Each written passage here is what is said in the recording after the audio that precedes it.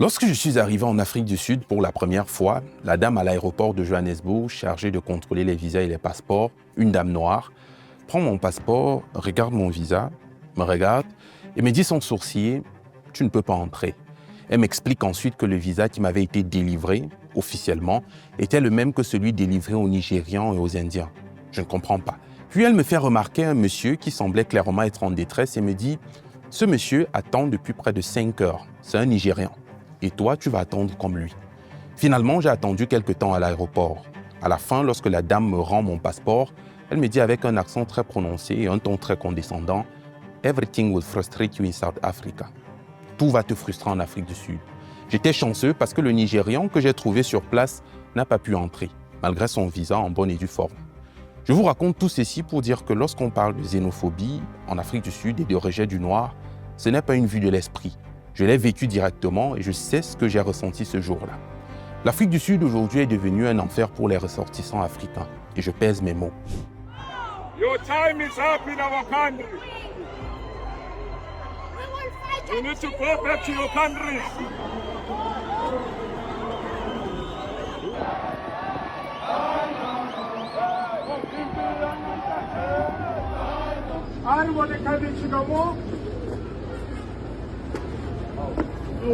La xénophobie a atteint des niveaux records. Si hier, nous pouvions l'ignorer parce qu'il s'agissait d'actes isolés, aujourd'hui, puisqu'il s'agit systématiquement d'une chasse à la sorcière, il est impossible de fermer les yeux sur ce qui se passe dans ce pays-là. Parce que si les scènes qu'on observe s'étaient produites en Europe ou ailleurs, nous aurions immédiatement parlé de racisme, à raison. Mais ici, ce sont des Noirs qui s'en prennent à d'autres Noirs. Ce sont des Africains qui rejettent d'autres Africains. Et le plus troublant, c'est que cela se passe en Afrique du Sud, ce pays dont la liberté a été soutenue, portée et défendue par une grande partie du continent africain. Et puisqu'il ne faut pas seulement se contenter de décrire les faits, de parler de l'actualité, nous allons aller en profondeur pour comprendre comment l'Afrique du Sud, qui est l'un des pays africains où les Noirs ont le plus souffert, se retrouve aujourd'hui à être le bourreau de ces mêmes Africains. Comment, juste quelques décennies après l'apartheid, est-il possible que les Sud-Africains s'en prennent à ceux qui, hier, les ont soutenus pendant les pages les plus sombres de leur histoire? Comment la crise économique joue également un rôle dans cette nouvelle crise de xénophobie? Et comment certains politiciens du pays ont fait de la haine du noir leur fonds de commerce? Et à la fin, nous allons répondre à cette question. Quelle devrait être notre réponse à nous, Africains, à tout ceci? Mais avant, rentrons dans l'histoire de l'Afrique du Sud. I, Nelson Rhodesasa Mandela. Les colons européens arrivent au Cap au XVIIe siècle. Des Hollandais, des Allemands, des Scandinaves, puis plus tard les Britanniques. Ils arrivent sur ces terres avec leurs fusils, leurs Bibles et surtout avec une idée qui va empoisonner le pays pendant des siècles. L'idée qu'il existe des peuples destinés à commander et d'autres destinés à servir. Puis vient la découverte des diamants et de l'or. L'Afrique du Sud devient un territoire stratégique. Mais pour exploiter ces mines, il faut une main-d'œuvre abondante, bon marché, contrôlable. Alors on commence à organiser la dépossession. Les Noirs sont chassés de leurs terres, repoussés dans des réserves et transformés progressivement en travailleurs pauvres au service d'une économie qui ne leur appartient pas. La ségrégation est actée par 5 grandes lois clés. La première grande loi, c'est la Population Registration Act de 1950. Cette loi oblige chaque Sud-Africain à être classé officiellement selon une catégorie raciale, blanc, noir, métis ou indien. L'État vous regarde, vous classe, puis décide de ce que vous pouvez faire ou surtout pas faire. La deuxième loi, c'est le Group Areas Act, également voté en 1950. Cette loi permet à l'État de diviser le territoire en zones raciales. Concrètement, elle décide où les Blancs peuvent vivre, où les Noirs peuvent vivre, où les Indiens peuvent vivre. Des familles entières sont arrachées à leur maison, déplacées, expulsées de quartiers où elles vivaient parfois depuis des générations. La troisième loi, c'est la Bantu Authorities Act de 1951. Elle prépare le système des Bantoustans. Ces territoires supposés être des patries pour les populations noires. En réalité, c'était une stratégie pour dire aux Noirs, vous n'êtes pas vraiment des citoyens sud-africains. Vous appartenez à des territoires séparés. C'était une manière de leur retirer progressivement leur citoyenneté politique dans leur propre pays. La quatrième loi, c'est le Pass Laws Act. Les Noirs devaient porter des documents d'identité, comme des sortes de passeports pour justifier leur présence dans certaines zones du pays. Un Noir pouvait être arrêté simplement parce qu'il n'avait pas le bon papier au bon endroit. Imaginez un peu être des étrangers dans votre propre pays. devoir prouver à tout moment que vous avez le droit d'être là, sur la terre de vos ancêtres. Enfin, la 5e loi, c'est le Bantu Education Act de 1953. Cette loi organise une éducation inférieure pour les enfants noirs. L'objectif était clairement de former une main-d'œuvre obéissante, préparée à servir dans le système économique contrôlé par des Blancs. Dans les salles de classe, par exemple, on enseigne aux enfants comment laver des habits plutôt que les mathématiques, la géométrie et autres choses. Now, just show me how to rub this. Show us the wrapping. Et c'est dans ce système que naissent et se développent les townships. Les townships sont des quartiers construits et organisés pour garder les populations noires loin des centres urbains blancs, tout en les gardant suffisamment proches pour qu'elles viennent travailler. Le matin, les Noirs entraient dans la ville pour faire tourner l'économie et le soir, ils retournaient dans leur quartier périphérique. Nous y reviendrons plus tard. Les townships deviennent donc des lieux de pauvreté abjecte, de surveillance policière, de frustration, mais aussi des lieux de résistance. Parce que c'est là que grandit une conscience politique. C'est là que les jeunes voient l'injustice de leurs propres yeux. C'est là que des familles comprennent que l'apartheid n'est pas seulement une loi votée à Pretoria, mais une réalité vécue tous les jours, dans le transport, dans l'école, dans le travail. Et parmi ceux qui vont incarner cette résistance, il y a ce jeune homme, Nelson Mandela. Mandela rejoint l'ANC et devient très vite l'une des figures majeures de sa branche jeunesse. Mais contrairement à ce qui est souvent présenté, Mandela n'était pas la figure ou bien la seule figure principale de l'opposition en Afrique du Sud. Certes, il bénéficiait d'un certain charisme et d'une certaine popularité.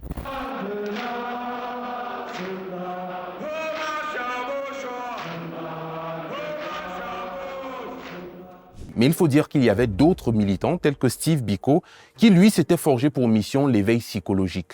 Son combat à lui était de dire aux Sud-Africains noirs qu'au-delà de la ségrégation raciale, des injustices et de l'inégalité, le plus grand dommage que l'apartheid avait provoqué chez les Noirs était psychologique. Le fait de les pousser à se voir et à se considérer comme étant inférieurs aux Blancs et de créer des divisions entre eux. Son but à lui était de libérer l'esprit noir. C'est d'ailleurs l'un des pères fondateurs du mouvement de la conscience noire. Puis il y avait également Winnie Mandela. Pendant que Mandela était en prison, c'est Winnie qui portait le combat.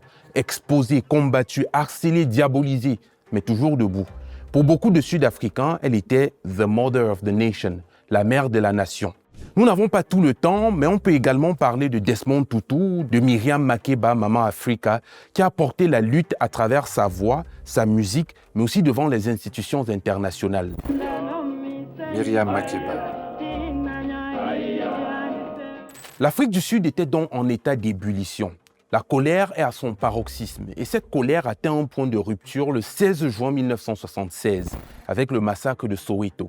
Des élèves noirs descendent dans la rue pour protester contre l'obligation d'apprendre l'afrikaans, la langue de l'oppresseur. Ce sont des enfants, des adolescents, des élèves, mais le régime répond avec des balles. Officiellement, le bilan reconnu atteint plusieurs centaines de morts selon certaines sources. Et l'image du jeune Hector Peterson, tué par la police, devient l'un des symboles les plus puissants de la brutalité de l'apartheid. Et entre-temps, la lutte s'était radicalisée.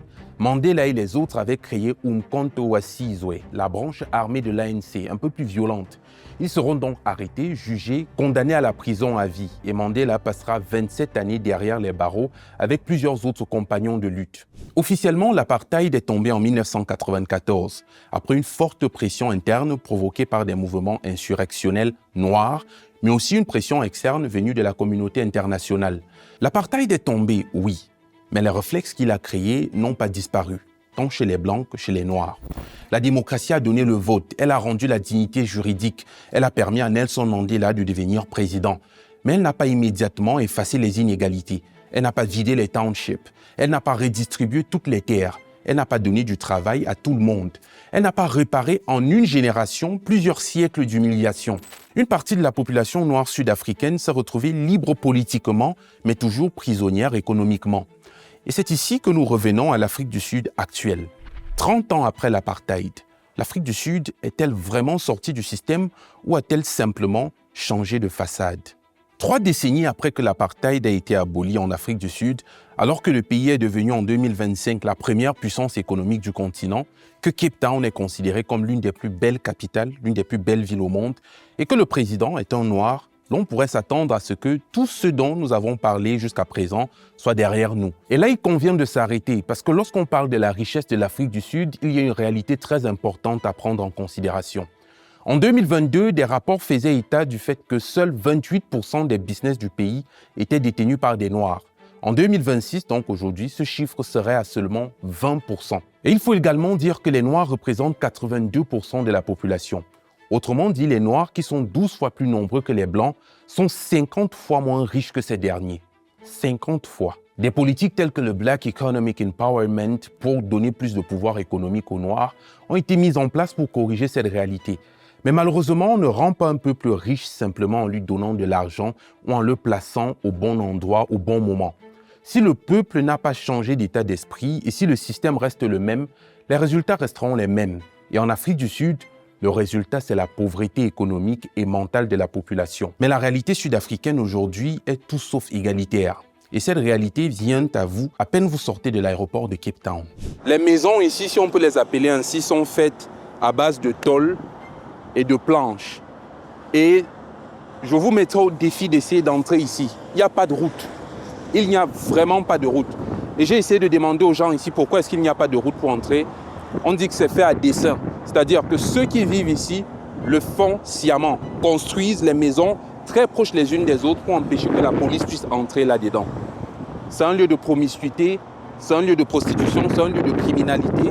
Et lorsque vous regardez tout au long de cet endroit, le gouvernement a l'intention de construire un mur pour pouvoir enfermer, enclaver tout ce township. Parce que lorsque vous venez de l'aéroport de Cape Town et que vous êtes en train d'aller dans la ville, ça c'est la première des choses que vous voyez. Moi, lorsque je venais à Cape Town, c'est la première des choses que j'ai vues. C'est la première impression que vous avez de Cape Town. Du coup, le gouvernement veut investir 1,5 milliard de rands ici pour construire un mur géant pour les enfermer. Les rapports officiels indiquent que 50% de toute la population adulte de l'Afrique du Sud vit dans ces townships, dont à peu près 35 millions d'individus. Vous comprenez pourquoi nous avons dû faire ce détour dans l'histoire du pays. On a fait tous ces sauts dans l'histoire parce que même si on a l'impression que ce qui se passe aujourd'hui en Afrique du Sud s'inscrit dans un moment figé dans le temps, on doit surtout comprendre qu'il s'agit de la continuité de l'histoire du pays, qui a toujours été une histoire d'opposition et de violence, soit entre Noirs sud-africains et les Blancs, soit entre Sud-Africains eux-mêmes, soit entre les Sud-Africains et les autres. South Africa as a country, from the wars of Shaka, where Shaka colonized others, there's always been violence in our history. But the narrative that has been told now, it as if at some point it was safe and it was hunky-dory. It was not. Et cette lutte a toujours porté sur la précarité des ressources disponibles pour les Noirs sud-africains. En son temps, l'archevêque Desmond Tutu attirait déjà l'attention sur la manière dont certains Noirs traitaient leurs frères noirs en Afrique du Sud à cause des divergences de points de vue et la précarité des ressources. If these people can still do things like this, maybe they are not yet ready for freedom. And I ask you, we have a cause that is just. We have a cause that is going to prevail. For goodness sake, let us not spoil it by the kind of method that we use. And if we do this again, I must tell you that I am going to find it difficult to be able to speak up for our liberation. I will find it difficult. It is already difficult in this country to talk the truth. Et là, je fais une parenthèse pour dire que l'Afrique du Sud a deux tribus principales, disons les plus influentes. On a les Zoulous, qui historiquement sont des guerriers, puis les Xhosa. Des figures historiques tempérées telles que Nelson Mandela, Miriam Makeba, Oliver Tambo, Desmond Tutu étaient toutes des Xhosa. Leurs méthodes étaient, et le sont encore jusqu'aujourd'hui, très différentes des méthodes des Zoulous qui, comme on l'a dit, sont plus guerriers et revendiquent vraiment cet héritage guerrier violent-là. Mais attention, cela ne veut en aucun cas dire que les Zoulous sont directement responsables de ce qui se passe. Dans les rangs des fouteurs de troubles, on retrouve des Sud-Africains de toutes les tribus. Et là, on ferme la parenthèse, on en ouvre une autre pour dire que, historiquement, en Afrique du Sud, certains groupes d'intérêt se sont souvent servis de la colère des Zoulous, y compris contre les partisans de l'ANC. They are being killed by the other blacks. And even if they kill each other, you know, there's something behind them. A white man is behind them. So that the next white person must think that, the stupid blacks, I don't know what they are doing. They kill each other. The spaces that are violent today, they were made violent during apartheid government. If you go to Mlazi in Durban, if you go to Crossroad, Nyanga, Sightsee, Philippi, Samora, if you go to Gauteng, to go to Bobatong, you go to Tembisa, all of this area that I'm mentioning had hostels in them. Apartheid government would dump guns in those spaces during apartheid time. If you go to those spaces today, there's high level of violence. Parenthèse close. Nous sommes donc dans un pays qui n'a connu que la lutte et l'extrême violence. Un pays où les Noirs ont connu des vagues successives de personnes venant de l'extérieur qui, tour à tour, ont prouvé que les locaux avaient eu tort de les accueillir à bras ouverts. Dans un pays où les Noirs, après avoir lutté pour leur indépendance, se retrouvent dans des sortes de camps de concentration, dans un état de précarité où il faut se battre chaque jour en permanence pour le peu de ressources disponibles. Mais cela ne répond toujours pas directement à la question centrale. Qu'est-ce qui alimente la montée de la xénophobie et justifie l'extrême violence qu'on observe aujourd'hui en Afrique du Sud? People are there and the number of unemployment is much higher than it was then. En 10 ans, l'Afrique du Sud a ajouté de près de 8 millions d'habitants et près de 6 millions de personnes en âge de travailler. Mais l'économie, quant à elle, n'a pu créer qu'un peu plus d'1 million d'emplois directs.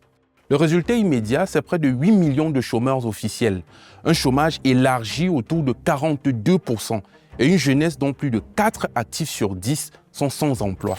Mais pourquoi autant de chômage dans un pays aussi riche, me demanderez-vous?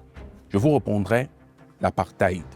L'apartheid qui a laissé une majorité noire concentrée dans des townships éloignés des centres économiques, avec un accès limité aux bonnes écoles, au réseau d'emploi, au capital et à la propriété. These statistics have a direct effect on us going into the market, going forward, It takes away the motivation. Il y a également le fait d'une économie qui n'a pas suffisamment créé d'emplois industriels. And the people in power are focusing on GDP growth other than employment. Le pays a perdu du terrain dans la manufacture, dans les mines et certains emplois informels, pendant que les nouveaux emplois se concentrent davantage dans la finance, les services et les secteurs qui demandent souvent plus de qualifications. Lorsque nous étions à Cape Town, nous avons vu plusieurs écoles où la seule enseignante était une femme qui, après avoir pris sa retraite, a décidé de rentrer créer une école informelle dans le township, faute de quoi plusieurs enfants n'iraient pas à l'école. My name is Nosipo Chabane. I'm an ex-nurse and an ex-teacher. And after teaching for some time, I decided I wanted to make a change in the black children's lives from the roots at the preschool. So whatever, because I used to teach in a white school, so what I saw there, what was missing in my own education. So I thought I must come and start this in 2005 so that I can start with these children from the beginning up. Nous avons donc jusqu'ici une combinaison de deux facteurs. Le passif historique des Noirs sud-africains qui, pour certains, ont un héritage guerrier qui les pousse à vouloir tout résoudre par la violence et pour d'autres, les rend tout simplement allergiques à la présence de l'autre. Puis le chômage endémique qui aujourd'hui pèse le plus sur les épaules des Noirs sud-africains qui sont le moins exposés aux véritables opportunités d'emploi. Mais une autre question se pose. Pourquoi est-ce que le gouvernement et les autres partis politiques sud-africains n'interviennent pas de manière plus forte pour faire cesser tout ce chaos? Des personnes ont perdu la vie. Le Ghana a dû rappeler ses ressortissants dans ce pays. Pareil pour le Nigeria. Les expériences sont atroces. Pourquoi le gouvernement et toute la classe politique d'Afrique du Sud ne font-ils pas de ce problème une priorité? Je vous réponds dans le mille. Ce n'est pas rentable d'éradiquer ce problème. Aussi simplement que ça. Un défaut fondamental de la démocratie telle que nous l'avons héritée après les indépendances, c'est que le but des leaders ou de ceux qui aspirent au leadership, ce n'est pas toujours de diriger le pays avec équité et justice, de résoudre les problèmes. C'est d'obtenir le pouvoir et de le conserver le plus longtemps possible.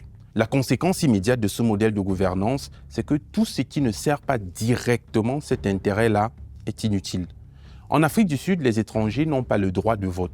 Cela signifie que pour vous, le président démocratiquement élu ou le candidat visant le poste de président, cette masse populaire ne représente pas votre focus, puisqu'elle ne pèse que le poids d'une plume sur votre avenir politique. Pourquoi donc dépenser de l'énergie et des ressources à lutter pour défendre ses droits, alors que ces mêmes ressources peuvent être utilisées pour avancer dans votre quête vers le pouvoir ou votre maintien au pouvoir? C'est aussi simple que ça. On ne s'occupe pas des problèmes à faible rentabilité. Ignorer un problème, c'est une chose. Le vice intervient lorsque la situation des étrangers en Afrique du Sud est instrumentalisée à des fins politiques. Lorsqu'un pays a des problèmes tels qu'un fort taux de chômage, les dirigeants peuvent soit essayer de résoudre le problème dans le fond, cela implique des réformes, parfois qui ne vont pas plaire au peuple, opérer des changements drastiques, soit opter pour la solution la plus facile, celle que plusieurs ont adoptée même en Occident. Blâmer l'étranger ou attiser la colère du peuple et la rediriger vers un bouc émissaire. Ça coûte moins cher, ça vous rend populaire parce que vous donnez l'impression d'être avec le peuple et pendant que le peuple s'attaque à la mauvaise cible, vous continuez à poursuivre vos ambitions politiques. We've got many problems here. Problem legitimately raised. Huge levels of unemployment.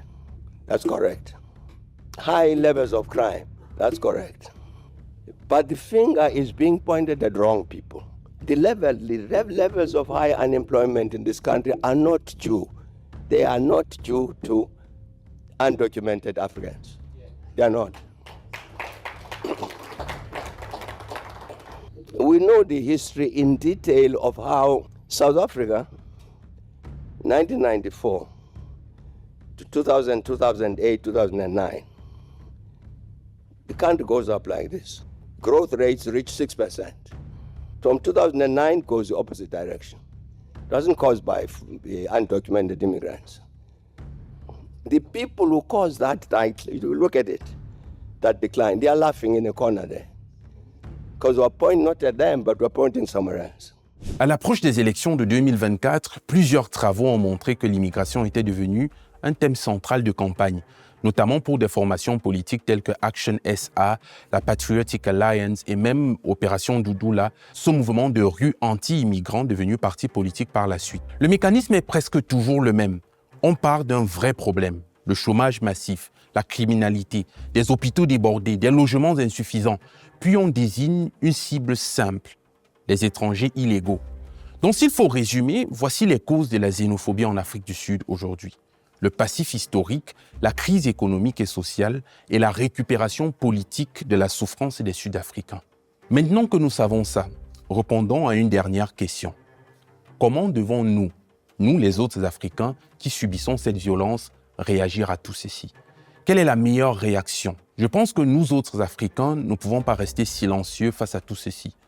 Mais je pense aussi que la solution n'est pas de créer un nouveau stéréotype qui serait de dire les Sud-Africains sont des xénophobes. Évitons-les.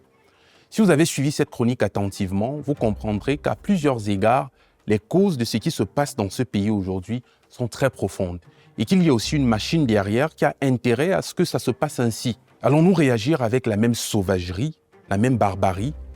Je pense que des présidents, des leaders tels que le président du Mozambique et du Ghana nous montrent la voie à suivre. Une voie diplomatique, mais ferme. Il n'est pas question de prendre les armes contre les Sud-Africains, il n'est pas question de les chasser, mais il est question de leur rappeler que s'ils sont libres aujourd'hui, c'est aussi grâce aux efforts du reste des frères africains du continent qu'ils rejettent aujourd'hui. Myriam Makeba, par exemple, après que son passeport lui ait été retiré et qu'elle n'avait plus nulle part où aller, fut accueillie en Guinée par Sékou Touré, où elle passa 26 années d'exil. Et c'est depuis la Guinée qu'elle menait le combat pour la libération de son peuple. Des pays tels que la Zambie, la Tanzanie, l'Angola, le Mozambique, le Botswana, la Guinée de Sékou Touré, l'Égypte, la Libye de Kadhafi, le Gabon d'Omar Bongo, le Ghana de Nkrumah et bien d'autres ont soutenu d'une manière ou d'une autre la lutte contre l'apartheid. Certains ont accueilli des militants de l'ANC, certains ont offert des passeports, des bourses, des bases arrières, des formations, des financements, une protection diplomatique. Et il faut bien mesurer ce que cela voulait dire. Soutenir l'ANC à cette époque, ce n'était pas seulement faire de beaux discours panafricains tels que ceux qu'on entend aujourd'hui. C'était prendre un risque, c'était s'opposer à un régime sud-africain puissant, militairement organisé, soutenu économiquement par des intérêts occidentaux, par les États-Unis par exemple. Le Mozambique, l'Angola, le Botswana et d'autres pays voisins ont payé directement le prix de cette solidarité. C'est pourquoi la xénophobie actuelle en Afrique du Sud est historiquement incongrue. Parce que beaucoup de ceux qu'on chasse aujourd'hui viennent de pays dont les gouvernements, les peuples, les territoires ont contribué hier à la liberté sud-africaine. Et il est capital que cela soit rappelé. Et si la voie diplomatique traîne, on peut aussi recourir à des sanctions financières. Certains pays ont menacé le géant sud-africain MTN de gel des avoirs en réponse à ce qui se passe dans le pays. Le problème de l'Afrique du Sud est celui d'un pays qui a tourné une page de son histoire sans avoir pleinement pris le temps de panser les plaies. Et comme toute plaie maltraitée, ça s'infecte et ça peut conduire à toutes sortes de complications. La xénophobie en est une. L'Afrique du Sud a peut-être un problème d'immigration, mais elle a surtout un problème de mémoire, de justice sociale et de leadership politique. Et tant qu'on continuera de transformer la souffrance des pauvres en haine contre d'autres pauvres, les vrais responsables continueront de gouverner tranquillement pendant que les victimes s'entre-déchirent. Merci d'avoir suivi cette chronique jusqu'à la fin. Je vais terminer en vous invitant à télécharger notre application Afomedia sur iOS et Android pour bénéficier chaque jour de nos contenus non censurés. Je suis Livingstone Amang pour Afomedia qui vous présente le narratif africain sans complaisance mais sans condescendance. À très bientôt.